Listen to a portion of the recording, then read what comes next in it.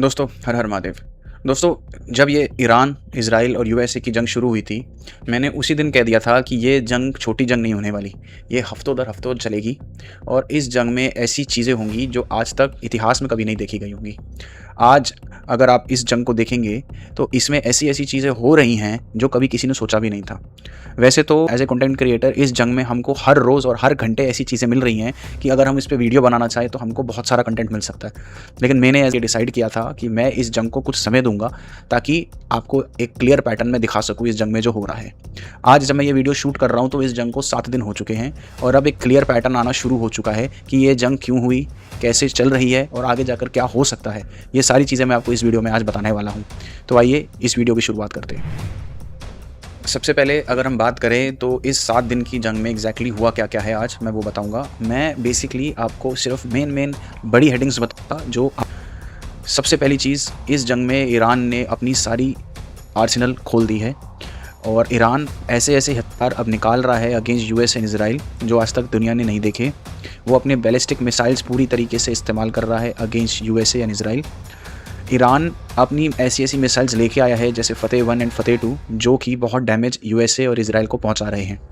Secondly, Iran जितने भी US के दूतावास है उन पर वो बहुत बुरी तरीके से अटैक कर रहा है जिसकी वजह से अब यूएसए प्रेशर में आ रहा है। थर्डली, ईरान अब financial hubs of the Middle East उन पे अटैक कर रहा है जैसे कि Dubai, Saudi Arab, Qatar. Dubai जो है वो बेसिकली एक बहुत बड़ा फाइनेंशियल हब है मिडिल ईस्ट का, प्लस वो एक बहुत हॉट टूरिस्ट स्पॉट है। अगर वहाँ पर वो इफ़ेक्ट डालता है तो पूरे मिडिल ईस्ट की इकोनॉमी में असर होगा, ये सब जानते हैं और ईरान पूरे शिद्दत के साथ वहाँ पर अटैक कर रहा है। अब अगर हम दूसरी खबर की तरफ चढ़ें तो ये है कि ईरान ने स्टेट ऑफ हार्मोज़ को पूरी तरीके से अब बंद कर दिया है। जब ये जंग शुरू हुई तब ऑयल का प्राइस $70 पर बैरल था जो कि अब 80 के आसपास आ गया है और अब वापस 78 पे आ गया है, 2 बैरल नीचे आ गया है, लेकिन 80 प्लस बैरल का था। अगर ये स्टेट ऑफ हार्मोज़ बंद रहता है तो ईरान का जो बेसिक प्लान है, जो शॉर्ट टर्म प्लान ये है कि वो 200 पर बैरल तक ऑयल के प्राइसेस ले जाना चाहता है। अगर वो सक्सेसफुली इस तक ले जाता है तो काफ़ी हद तक वो दुनिया की इकोनॉमी पे डैमेज कर पाएगा। अगर हम दूसरी मेन खबर की तरफ जाएं तो ईरान ने अब यूएस और इज़राइल के दूतावासों पर अटैक करना शुरू कर दिया है। ईरान ने Kuwait, Lebanon, Saudi Arab, Qatar, Bahrain, जहाँ पर भी यूएस के और इज़राइल के दूतावास हैं उन पर बहुत ज़ोर से अटैक करना शुरू कर दिया है। वहाँ पर मिसाइल्स तो नहीं लेकिन अपने जो चीप ड्रोन्स हैं वो उससे अटैक कर रहा है। उसकी वजह से आज और कल यूएसए ने अपने जितने भी दूतावास हैं उनको बंद करने का आदेश दे दिया है, जिसमें से Saudi Arab, Kuwait and Lebanon, इन 3 के दूतावास आज बंद हो भी चुके हैं। यूएस ने अपने जितने भी सिटीजन्स हैं जो मिडिल ईस्ट में रह रहे हैं उनको एक सख्त आदेश दे दिया है कि वो जल्द से जल्द मिडिल ईस्ट को छोड़ दें। आगे कुछ हफ्तों में ईरान पर अटैक्स अपने और तेज़ कर सकता है जिसकी वजह से उनकी जान को खतरा हो सकता है। इसलिए सख्त आदेश के साथ यूएस ने अपने सिटीजन्स को मिडिल ईस्ट छोड़ने का आदेश दे दिया है। अगर हम तीसरी बड़ी खबर पे चले तो ईरान, इज़राइल और यूएस की जो वॉर है ये मिडिल ईस्ट के जितने भी ऑयल और नेचुरल गैस की सप्लाई है उस पर असर डाल रही है। कतर की एलएनजी की सप्लाई पर असर पड़ा है, वहाँ पर अटैक्स हुए हैं। सऊदी की अरामको जो है उसकी रिफाइनरी पर अटैक हुआ है। इज़राइल की मेजर गैस फील्ड्स इंक्लूडिंग लिवियाथन वो ऑफलाइन हो चुका है टोटली, उस पर भी ड्रोन्स गिरे हैं। इराक की जो कुर्दिस्तान है, जो ऑयल रिफाइनरी है वो भी शटडाउन हो चुकी है, उस पे भी ड्रोन्स और बैलिस्टिक मिसाइल से अटैक हुआ है। ये सारे के सारे शटडाउन कर चुके हैं for as a precautionary measures, कोई बड़ा हैपनिंग ना हो जाए। ड्रोन्स तो यहाँ पर गिरे ही गिरे हैं लेकिन इन्होंने शटडाउन इसलिए कर दिया है ताकि ये जो छोटे अटैक्स हुए हैं ये किसी बड़े हादसे में ना बदल जाएं, इसलिए एज ए प्रिकॉशनरी मेजर इन्होंने अपनी सारी रिफाइनरीज एंड जितनी भी नेचुरल गैस की प्रोडक्शन लाइन्स थी वो बंद कर दी हैं। इसकी वजह से यहाँ से जितनी भी सप्लाई थी वो ज़्यादातर यूरोपियन कंट्रीज़ में होती थी और एशियन कंट्रीज़ में होती थी। यूरोप को भी इससे बहुत बड़ा धक्का लगा है और Asian countries including India, China and जितनी भी एशियन कंट्रीज़ है उनको तो असर पड़ रहा है, वो तो ऑब्वियस है ही है। अगर हम चौथी बड़ी खबर में जाते हैं तो ये इस युद्ध का पार्ट हो भी सकती है और नहीं भी हो सकती।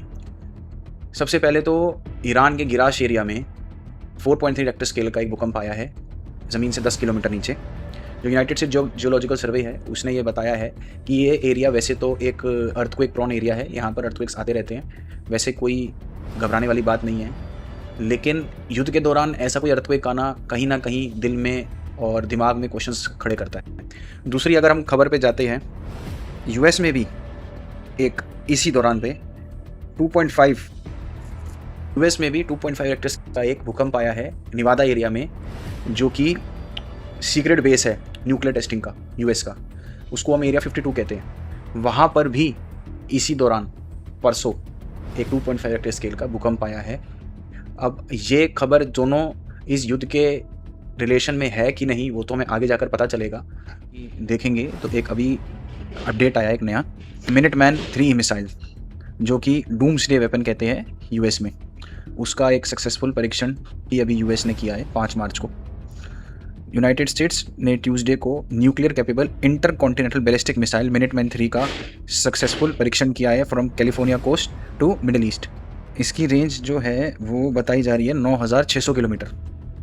और ये परीक्षण वैसे तो यूएस ने बोला है कि ईरान वॉर को मद्देनज़र रखते हुए नहीं किया गया है, ये रेगुलर परीक्षण है, लेकिन के टाइम पर ऐसी चीज़ें खास करके दिमाग में कुछ ना कुछ सवाल ज़रूर डालती हैं। अब अगर अपने वीडियो के दूसरे पार्ट पर चले तो अब एग्जैक्टली मैं आपको ये बताऊंगा कि जंग अब किस रूप में हो चुकी है और क्या हो रहा है और कैसे हो रहा है। तो जब भी कुछ बड़ी चीज़ होती है या जंग होती है तो उसमें बेसिकली 3 चीज़ें होती हैं। वाई कि हो क्यों रहा है, व्हाट होगा क्या, और हो कैसे रहा है, दैट इज़ हाउ।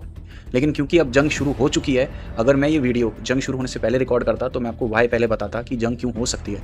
लेकिन क्योंकि अब जंग शुरू हो चुकी है तो मैं पहले व्हाट पर आऊँगा कि एग्जैक्टली अभी चल क्या रहा है, फिर मैं आऊँगा वाई, ये वाई क्यों हो क्यों रहा है, और हाउ मतलब ये एग्जैक्टली कर कैसे रहे हैं। तो अगर मैं व्हाट का डिस्कस करूँ तो अब आपको ये पता है कि इस जंग के 3 पार्टीज़ हैं, एक है ईरान, एक है इजराइल और एक है यूएसए। तो अगर मैं व्हाट डिस्कस करूँ तो ईरान एग्जैक्टली क्या कर रहा है। ईरान अब पूरी तरीके से यूएस और इजराइल पर ऑल आउट जा चुका है, अपने सारे टैक्टिक्स वो अपना रहा है, सारे हथियार वो ओपन कर चुका है अगेंस्ट यूएसए एंड इजराइल, और वो हर एक प्रयास कर रहा है कि जैसे ना तैसे कर कर इन दोनों को इस जंग से बाहर कर दे और मिडिल ईस्ट से कम्प्लीटली आउट कर दे। तो अगर मैं इजराइल की बात करूं तो इजराइल अपने सारे के सारे हथियार और सारे के सारे पैतरे अपना रहा है कि वो जैसे ना तैसे कर कर ईरान को इस जंग में हरा सके और ये खमनई की रिजीम चेंज कर सके। अगर मैं यूएसए की बात करूं तो यूएसए की आपको पता ही है 2003 के बाद की सबसे बड़ी अपनी मिलिट्री की डिप्लॉयमेंट मिडिल ईस्ट में इराक के बाद आज हुई है।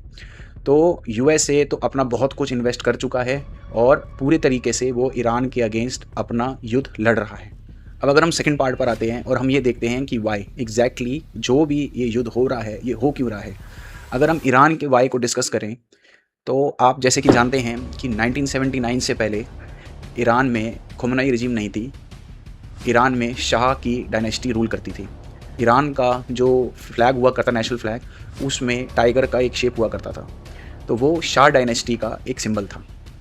अगर आपको याद हो तो इजराइल ने जब 2025 में ईरान पर अटैक करा था तो उस सेशन का नाम रखा था the rising lion. Rising lion का मतलब ये था कि वो ईरान के सोते हुए शेर को जगा रहा है या जगाने में मदद कर रहा है। अगर आप 2026 के ऑपरेशन को देखें तो इजराइल का जो ऑपरेशन है अगेंस्ट ईरान उसका नाम है the roaring lion. Roaring lion का मतलब है वो ये बताना चाहता है कि पब्लिक अब सड़क पर आ चुकी है against the Khamenei regime in Iran, और अब जो राइजिंग लायन था अब वो जाग चुका है और अब वो धाड़ने को तैयार है। उस ऑपरेशन का नाम इसलिए उन्होंने द रोरिंग लायन रखा। अब अगर आप ये देखें कि ईरान का जो वाई है वो एग्जैक्टली ये है कि वो इजराइल को लिटिल सैटन मानता है और यूएसए को द बिगर सैटन, मतलब छोटा शैतान, और यूएसए को बड़ा शैतान। तो इस ईरान का बहुत क्लियर फंडा था कि उसने जो भी यूरेनियम के एनरिचमेंट है वो 60% पर वो ले जा चुका था और उसको 90% पर ले जाकर वेपन ग्रेड में कन्वर्ट कर कर वहाँ पर वो न्यूक्लियर आर्सेनल अपना तैयार करना चाहता था। और ईरान के जितनी भी लीडरशिप थी उनके दिमाग में बहुत क्लियर था कि जैसे ही न्यूक्लियर नेशन ईरान बनेगा वो इजराइल पर अटैक कर देगा with an nuclear missile. First उसका तो ये फंडा था। सेकंड, अगर यूएसए इसके बाद भी इजराइल का साथ ज़्यादा देता तो क्या पता वो यूएसए पर भी वो अपने न्यूक्लियर वेपन से हमला कर सकता था। थर्डली, ईरान के जितना भी प्रॉक्सी ग्रुप्स है, ईरान खुद मिडिल ईस्ट का अगर आप देखेंगे तो वो सारे के सारे कॉरिडोर्स को कंट्रोल करता है। अगर वो ईरान एक न्यूक्लियर नेशन बन जाता, वो पूरे मिडिल ईस्ट का कंट्रोलर बन जाता और वो पूरा का पूरा मिडिल ईस्ट कंट्रोल करने की कोशिश करता। आज भी अगर आप देखेंगे मिडिल ईस्ट के जितने भी मुस्लिम्स कंट्रीज़ हैं वो ईरान से परेशान हैं क्योंकि वो अगर आज आप देखेंगे युद्ध के दौरान वो सारे के सारे मिडिल ईस्ट कंट्रीज़ पर पूरी तरीके से ऑल आउट वॉर कर चुका है और पूरी की पूरी तरीके से सारे मिसाइल्स मिडिल ईस्ट की सारी कंट्रीज़ पे मार रहा है और उनको बहुत नुकसान पहुंचा रहा है। तो अगर आज वो न्यूक्लियर नेशन नहीं है तो इतना नुकसान पहुंचा रहा है, अगर वो न्यूक्लियर नेशन बन जाता तो वो कितनी दादागिरी करता वो अच्छे से जानते हैं। तो ईरान का जो वाय है वो बहुत क्लियर था कि उसको एक न्यूक्लियर नेशन बनना है और पूरे के पूरे मिडिल ईस्ट को कंट्रोल करना है। जंग के तीसरी पार्टी की बात करें तो वो है यूएसए। यूएसए का वाय अभी तक शायद ना दुनिया को क्लियर है ना यूएसए को खुद क्लियर है। जब ये जंग शुरू हुई थी, या अगर हम पिछली जंग की भी बात करें तो 2025 में जब यूएसए ने ईरान पर आखिरी दिन पर हमला किया था, वो ऑपरेशन का नाम था मिडनाइट हैमर। मिडनाइट हैमर जब यूएसए ने किया था तो उनका जो वाय उस टाइम निकल कर आया था वो ये था कि हम ईरान के बैलिस्टिक प्रोग्राम को पूरी तरीके से ख़त्म करना चाहते हैं। वहाँ पर उन्होंने हमला कर दिया, जंग ख़त्म हो गई। लेकिन जब आगे जाकर कांग्रेस में डिस्कशन शुरू हुई तो उनकी सरकार ने यही बोला कि हम उसके बैलिस्टिक प्रोग्राम को ख़त्म करना चाहते हैं। अब 2026 में जब इनकी जंग शुरू हो रही थी और जब यूएसए अपनी जितनी भी मिलिट्री की प्रेजेंस गल्फ एरिया में बढ़ा रहा था, तो जब लोग पूछ रहे थे कि भाई आप अगर ईरान पे हमला करना चाहते हो तो क्यों करना चाहते हो, तो उनका बैलिस्टिक प्रोग्राम का कोई भी सीन नहीं आया। उन्होंने जो बात बोली, उन्होंने कहा कि ईरान का जो न्यूक्लियर एनरिचमेंट है वो 60% तक पहुंच चुका है और वो बहुत जल्दी 90% पर हो जाएगा और कभी भी ईरान न्यूक्लियर देश बन सकता है और न्यूक्लियर आर्सेनल अपना तैयार कर सकता है। तो हम उसके न्यूक्लियर आर्सेनल को तैयार करने से रोकना चाहते हैं, इसलिए हम ईरान पर हमला करेंगे। आज जब जंग शुरू हो चुकी है तब ना तो यूएसए बैलिस्टिक प्रोग्राम की बात करता है ना न्यूक्लियर आर्सेनल की बात करता है। अब वो ये कहता है कि हमको खमेनेई की रिजीम हटानी है। तो हर स्टेटमेंट बार बार यूएसए बदल रहा है। सबसे लेटेस्ट स्टेटमेंट जो यूएसए की तरफ से मार्को रूबियो की जो आई थी वो ये आई थी कि अगर हम ईरान पे हमला ना करते तो इजराइल फॉर श्योर ईरान पे हमला कर देता, और अगर इजराइल ईरान पर हमला कर देता तो क्योंकि ईरान इजराइल को एक्सटेंडेड यूएसए समझता है, वो सबसे पहला हमला यूएसए की ज़मीन पर करता। अगर ये सब होता तो यूएसए को बहुत नुकसान हो सकता था। इस नुकसान से बचने के लिए यूएसए ने पहले ईरान पर हमला कर दिया। तो बेसिकली ईरान और इजराइल इन दोनों के वाय बहुत ज़्यादा क्लिस्टर क्लियर है, लेकिन यूएसए का वाय अभी तक ना तो यूएसए खुद समझ पा रहा है, ना जनता समझ पा रही है, ना यूएसए की कांग्रेस समझ पा रही है। तो यूएसए का वाय अभी हमको क्लियर नहीं हुआ है, आगे होगा। आगे जैसे जैसे जंग आगे बढ़ेगी, अगर और स्टेटमेंट्स आएंगे तो वो मैं आपसे डिस्कस करूंगा, लेकिन फिलहाल के लिए यूएसए का वाय क्लियर नहीं हुआ है। अब अगर हम अपने अगले पार्ट चलें कि how is everything going on ground, मतलब ग्राउंड ज़ीरो पर एग्जैक्टली अब चल क्या रहा है। अगर हम ईरान की बात करें, यूएसए और इजराइल ने जो डे 1 पर ईरान के साथ किया था वो मैं कहीं ना कहीं मानता हूँ कि इजराइल और यूएसए की बहुत बड़ी गलती थी। ये मेरे पर्सपेक्टिव उनकी एक बहुत बड़ी गलती थी। डे 1 में उन्होंने क्या करा कि जब पहला अटैक हुआ, जो पहले 3 बॉम्ब्स इजराइल ने गिराए वो वहाँ पर गिराए जहाँ पर खमेनेई का रेजिडेंस था, और खमेनेई अपनी पूरी टॉप लीडरशिप के साथ एक ही जगह पर बैठी थी। जब वो बॉम्ब गिरा तो पूरी की पूरी टॉप लीडरशिप इरेडिकेट हो गई, खमेनेई की भी डेथ हो गई। अब एग्जैक्टली हुआ क्या, ईरान में एक वैक्यूम क्रिएट हो गया। टॉप लीडरशिप के जाने से एक ऐसा वैक्यूम क्रिएट हो गया जिसको भरने में ईरान को बहुत दिन लग जाएंगे। अब आज की सिचुएशन क्या है कि ऐसी इतनी बड़ी जंग जब भी होती है तो ये जंग शुरुआत तो बहुत जल्दी हो सकती है। शुरुआत करने में आपको कुछ भी नहीं है, आपने एक बैलिस्टिक मिसाइल मारनी है और आपकी जंग शुरू हो गई। लेकिन ये जंग ख़त्म कैसे होगी ये कोई भी नहीं जानता। अगर आप यूएसए को देखें, यूएसए ने ये जंग शुरू कर दी, अब ख़त्म कैसे करें आज वो भी इस चीज़ को सोच रहे हैं। यूएसए का पुराना इतिहास रहा है, वो जिस जगह पर जाते हैं वो जंग तो शुरू कर देते हैं, ट्रिलियंस ऑफ डॉलर खर्च कर देते हैं, बहुत समय लगा देते हैं, लेकिन एंड ऑफ द डे वो क्या चाहते हैं उनको खुद भी नहीं पता होता। तो ये जंग तो शुरू हो गई। अब इस जंग को ख़त्म करने के लिए मैं ये मानता हूँ कि जितनी भी मेन पार्टीज़ हैं उनको एक टेबल पे बैठना होगा और वो डिस्कस करेंगे, किसी एक नतीजे पे पहुँचेंगे और तब जाकर ये जंग रुकेगी। लेकिन अगर आप किसी भी 3 पार्टी में से किसी भी एक पार्टी की टॉप लीडरशिप को ही रेडिकेट कर देंगे तो डिसीजन मेकिंग तो वहीं ख़त्म हो गया।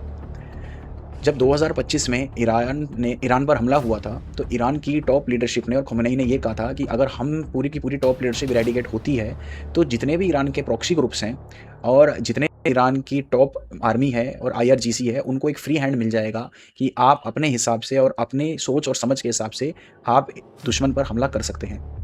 आज वही हो रहा है। आईआरजीसी और ईरान के प्रॉक्सी ग्रुप्स और ईरान की जो आर्मी है वो पूरी फ्री हैंड लेकर इजराइल और यूएसए पर हमला कर रही है। वो जिसको मन चाहे उसको टारगेट कर रही है, जैसे चाहे वैसे टारगेट कर रही है, और इस टारगेट की वजह से इजराइल और यूएसए पूरी तरीके से बौखला गए हैं। अब अगर हम इजराइल की बात करें तो इजराइल का जितने भी हमले अब ईरान पर हो रहे हैं वो काफ़ी हद तक अच्छे हो रहे हैं, ईरान को काफ़ी डैमेज पहुंच रहा है। लेकिन अगर हम डिफेंस की बात करें तो इजराइल का डिफेंस इस टाइम कहीं ना कहीं फटीक में आ चुका है।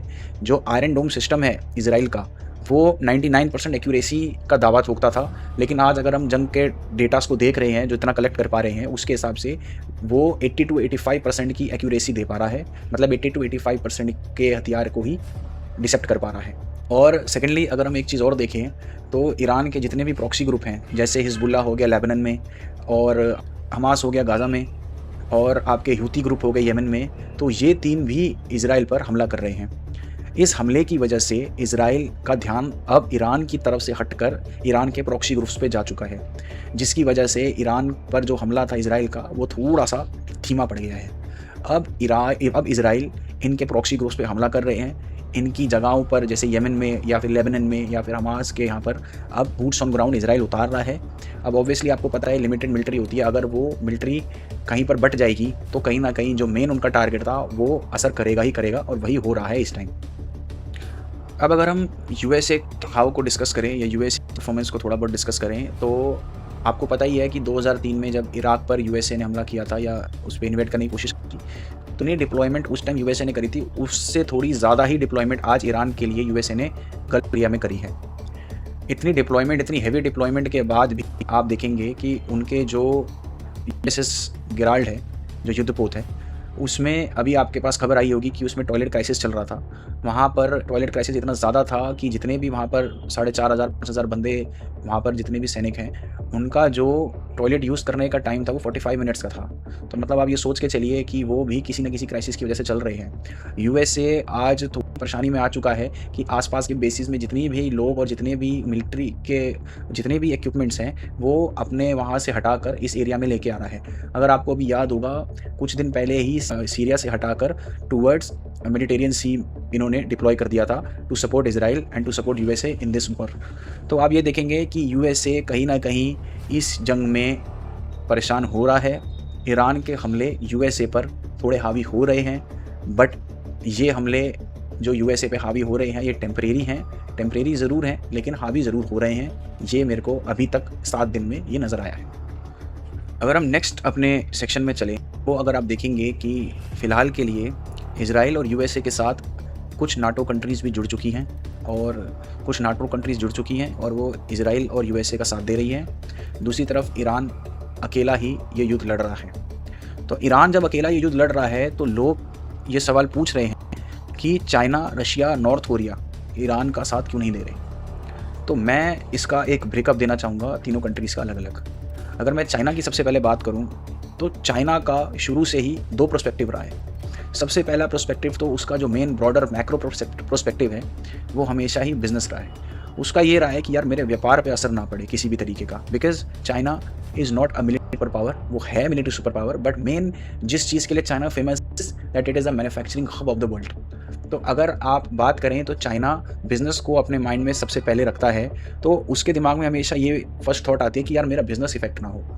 अब अगर चाइना डायरेक्टली अपनी सेना ईरान के साथ उतार देता है तो कहीं ना कहीं यूएसए के साथ उसके व्यापार के संबंध और ख़राब हो जाएंगे। अभी भी आप जानते हैं कि यूएसए ने सबसे ज़्यादा जो अमाउंट ऑफ सैंक्शन है वो चाइना पे लगा रखा है। अगर ये डायरेक्टली इसके अगेंस्ट उतर जाता है तो यूएसए चाइना पर अपने सैंक्शंस और भी बढ़ा सकता है, सबसे पहला।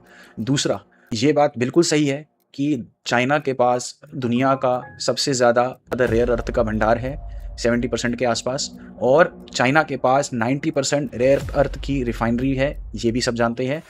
90% सप्लाई रेयर अर्थ का चाइना देता है, लेकिन चिप में कन्वर्ट कर जितनी भी चिप्स आती हैं वो यूएसए से पूरे वर्ल्ड को जाती है, चाइना को भी आती है।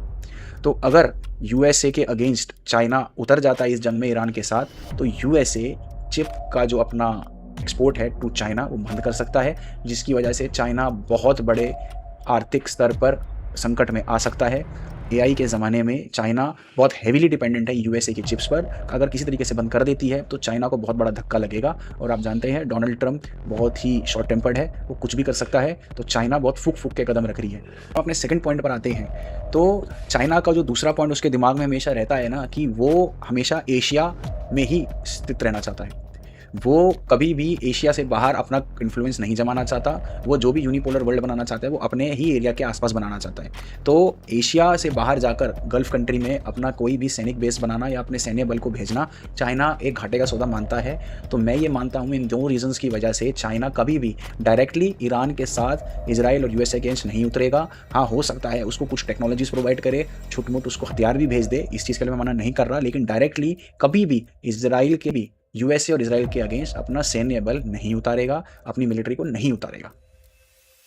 अब अगर हम दूसरे अपने कंट्री की बात करें तो वो है रशिया। रशिया जो है वो उसके साथ भी दो रीजंस हैं। एक तो रशिया सबसे पहले खुद ही एक बहुत बड़े युद्ध में फंसा हुआ है, वो है यूक्रेन के साथ। रशिया जैसे ना जैसे चाहता है कि यूक्रेन के साथ उसका ये युद्ध जल्द से जल्द ख़त्म हो, क्योंकि अब वो आर्थिक स्तर पर चोट पहुँचाने लगा है। अगर आप देखेंगे तो रशिया और यूक्रेन का जो युद्ध है वो क्यों खिंचता जा रहा है, क्योंकि जब ये युद्ध शुरू हुआ था सबने कहा था कि रशिया तो यूक्रेन बहुत बड़ा है, तो युद्ध तो हफ्ता 10 दिन या ज़्यादा महीने के अंदर ख़त्म हो जाएगा। लेकिन आज 4 साल से ज़्यादा हो चुके हैं, ये युद्ध चलता जा रहा है। उसका सबसे बड़ा कारण ये है कि यूक्रेन को वेस्टर्न कंट्री से पूरा सपोर्ट मिल रहा है, military wise, equipment wise and funding wise. अब अगर आप ये देखें, मेन कंट्री जो सबसे ज़्यादा सपोर्ट इस जंग में कर रही है वो है United states of America and Europe. अब अगर यूएसए ईरान के साथ इस जंग में लंबे टाइम के लिए फंस जाता है तो कहीं ना कहीं यूएसए अपना जो सैन्य मदद है और जो फंडिंग है यूक्रेन की वो कम कर सकता है, और अगर ये ज़्यादा चल गया युद्ध तो ख़त्म भी कर सकता है, जिसके संकेत आना शुरू हो गए हैं। अगर यूएसए यूक्रेन पर अपनी सैन्य मदद बंद करता है तो आपको पता ही है यूक्रेन बहुत कमज़ोर हो जाएगा और रशिया उस पर हावी हो जाएगा। उससे रशिया को दो फायदे हैं, एक तो ये जंग जल्दी ख़त्म हो जाएगी, दूसरा रशिया जल्द से जल्द यूक्रेन के और एरिया को भी अपने कब्जा लेगा। और जब भी ये युद्ध खत्म होगा या रशिया और यूक्रेन का, तो जितना भी एरिया रशिया अब कब्जा लेगा वो रशिया की टेरिटरी बन जाएगी। ये बात पहले ही तय हो चुकी है। तो कहीं ना कहीं रशिया को इसमें एक बहुत बड़ा फ़ायदा है ये युद्ध चलने से, इसलिए वो ईरान के अगेंस्ट नहीं उतरेगा। सेकेंड रीज़न अगर आप इसका देखते हैं तो अगर गल्फ से तेल का आयात और निर्यात बंद होता है तो सेकंड सबसे ज़्यादा तेल की डिमांड पूरी दुनिया में किसकी हो जाएगी? वो होगी रशिया की। एक तो रशिया अपनी मुंह मांगी कीमत से तेल रखता है, फर्स्ट। सेकंड, रशिया की तेल की डिमांड बहुत ज़्यादा बढ़ जाएगी। थर्ड, जो भी नेचुरल गैस का सपोर्ट यूरोपियन कंट्रीज़ को गल्फ कंट्री से जा रहा था, अगर वो डिस्टरप्ट होता है तो वो इससे किस पे डिपेंड हो जाएगी? रशिया पर, जिसके संकेत भी आना शुरू हो गए हैं, क्योंकि यूरोपियन कंट्रीज़ अब यूक्रेन को बोल रहे हैं कि तुम्हारे यहाँ से जो सप्लाई हमारे रशिया से होते हुए तुम्हारे यहाँ से हमारे को आ रही है उसको फिर से चालू करो, हमारे यहाँ पर सप्लाई डिस्टरप्ट हो गई है। तो इससे भी रशिया को बहुत बड़ा फ़ायदा है। तो इन दो रीज़न्स की वजह से मैं मानता हूँ कि रशिया कभी भी इस युद्ध में डायरेक्टली नहीं उतरेगा ईरान के साथ। हो सकता है वो भी किसी छोटी मोटी मदद प्रोवाइड कर दे ईरान को, लेकिन वो डायरेक्टली कभी भी ईरान के साथ नहीं उतरेगा। दोस्तों, हम अपने वीडियो के अगले चरण पे जाते हैं और इसमें डिस्कस ये करेंगे कि मिडिल ईस्ट की जितनी कंट्रीज़ हैं और जो इंडिया है वो इस युद्ध में कहाँ स्टैंड करती है। बेसिकली हम लोगों ने ये क्या सोचा था कि मिडिल ईस्ट जो है वो एक सेफ़ हेवन है। वो सेफ़ हेवन ऐसे है कि ईरान को छोड़ के ज़्यादातर कंट्रीज़ में यूएस के बेसिस हैं, तो वहाँ पर अटैक होने की संभावना ना के बराबर थी। और जिन कंट्रीज़ में यूएस के बेस नहीं भी हैं, जैसे दुबई और सऊदी अरब, तो सबको ये लगता था that they are like safe havens. Indians ने, चाइनीज़ ने, रशियंस ने और काफ़ी दुनिया के ऑल ओवर ग्लोब ने इन दुबई में बहुत सारी इन्वेस्टमेंट करी ये सोचकर कि वो एक सेफ़ हेवन है, वहाँ पर कोई कभी हमला नहीं करेगा, क्योंकि दुबई एंड यूएई हमेशा से न्यूट्रल रहा है इस चीज़ को लेकर। ना उसने कभी यूएसए का पूरा साथ दिया है, ना कभी उसने ईरान का साथ दिया। लेकिन आज क्या हो रहा है? आज स्थिति ये है कि ईरान अपने पागलपन में ये बिल्कुल भूल चुका है कि वो कहाँ पर हमला कर रहा है। ईरान वहाँ तो हमला कर ही रहा है जहाँ पर यूएस के बेसिस हैं, लेकिन उसके अलावा भी वो उन कंट्रीज़ पर भी दावा बोल रहा है जहाँ पर यूएस के बेसिस नहीं हैं, जैसे दुबई एंड यूएई।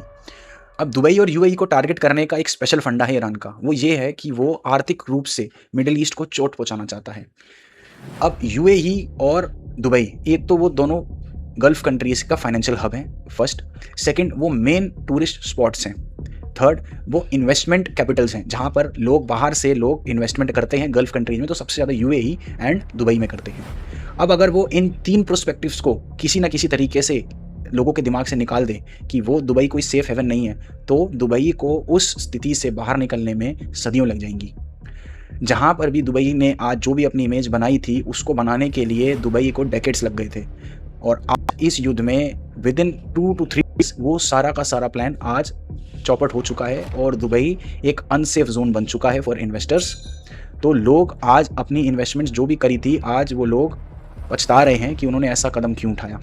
दुबई को वापस ज़ीरो पर आने में कई दशक लग जाएंगे, और ये एक बहुत बड़ा सेटबैक है पूरे के पूरे मिडिल ईस्ट के लिए। मिडिल ईस्ट जो ईरान को अपना बहुत अच्छा पहले दोस्त समझता था, आज वो उसको पूरी तरीके से कोस भी रहा है और यूएसए के साथ देने पे मजबूर भी है कि ईरान की रजीम को जैसे ना तैसे करके हटाओ, क्योंकि ये रजीम पूरे के पूरे मिडिल ईस्ट के लिए एक शराब बन चुकी है। तो मिडिल ईस्ट इस क्राइसिस में सबसे ज़्यादा नुकसान झेल रहा है। अब अगर हम भारत की बात करते हैं, तो भारत इस पूरे युद्ध में कहाँ पर है? भारत वैसे तो डिप्लोमेटिक बिल्कुल न्यूट्रल है, वो ना तो ईरान के साथ है ना इजराइल और यूएसए के साथ है, लेकिन कहीं ना कहीं भारत को बहुत बड़ा सेटबैक इस युद्ध से लगने वाला है और लग भी चुका है और लगना शुरू भी हो चुका है। भारत सिर्फ तेल ही आयात निर्यात नहीं करता है मिडिल ईस्ट से, और भी बहुत सारी चीज़ें हैं जो मिडिल ईस्ट से भारत को आती हैं। स्टेट ऑफ हार्मोज से ट्रैवल कर लगभग $100 बिलियन का गुड्स भारत इंपोर्ट करता है from middle east, other than oil. मतलब ऑयल भी है $100 बिलियन में, लेकिन और भी बहुत सारी चीज़ें हैं जो भारत मिडिल ईस्ट से लेता है।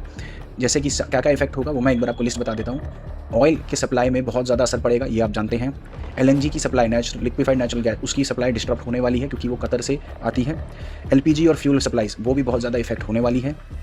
फर्टिलाइजर्स जो हैं वो मिडिल ईस्ट से भारत इंपोर्ट करता है, वो भी सप्लाई में डिस्ट्रप्शन आएगी इस युद्ध की वजह से।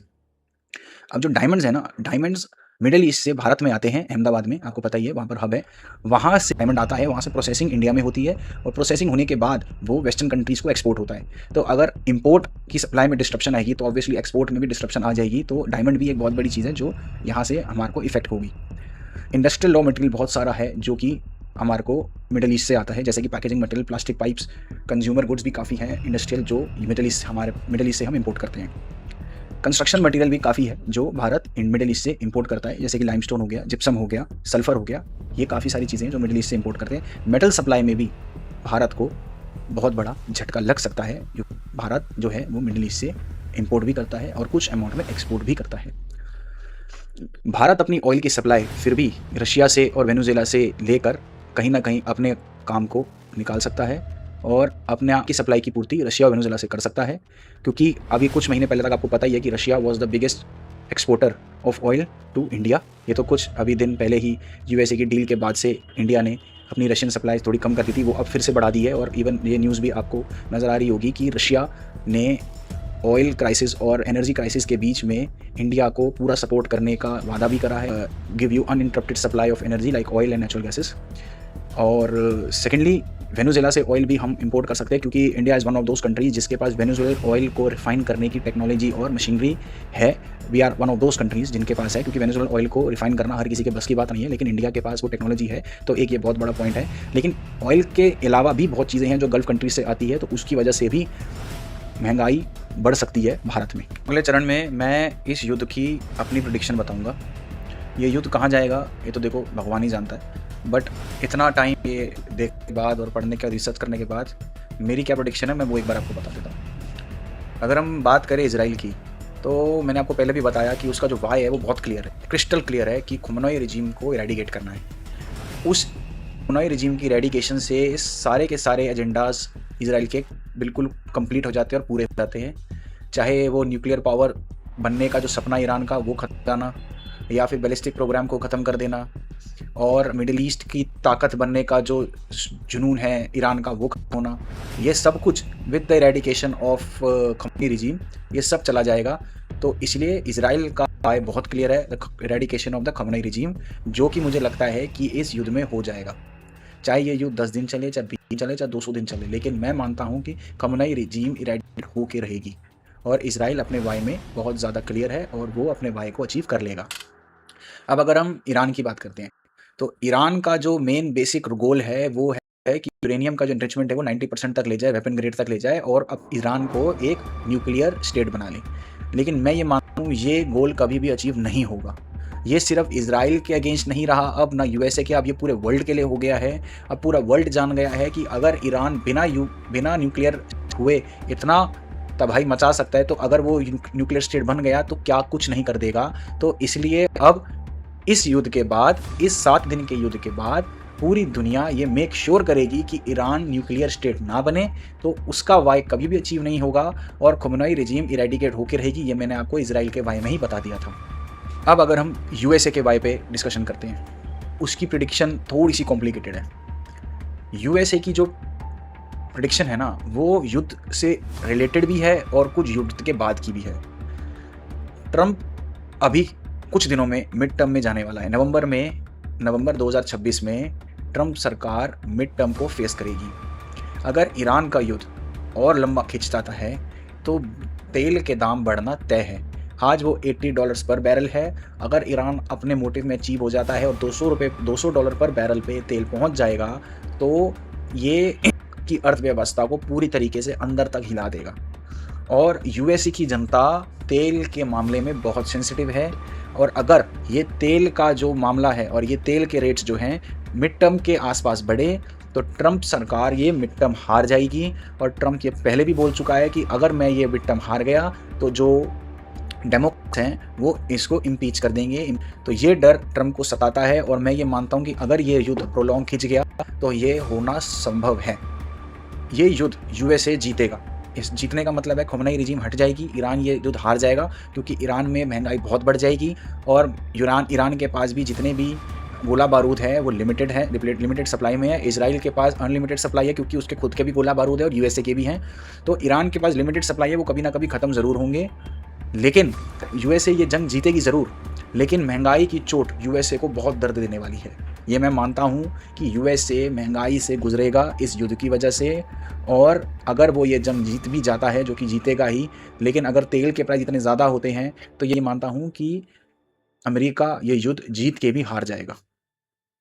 अगर आपको हमारी वीडियो से कुछ इन डेप्थ नॉलेज मिली तो कृपया हमारी वीडियो को लाइक करें, शेयर करें और हमारे channel academy of Jio politics subscribe करें और बेल आइकन दबाना बिल्कुल ना भूलें। ऐसे ही इन डेप्थ नॉलेज और ऐसे ही in depth video geopolitics के वर्ल्ड की हम आपके पास रेगुलर लाते रहेंगे, जिससे आपको पर्दे के पीछे की जानकारी ज़रूर मिले। जय हिंद, हर हर महादेव।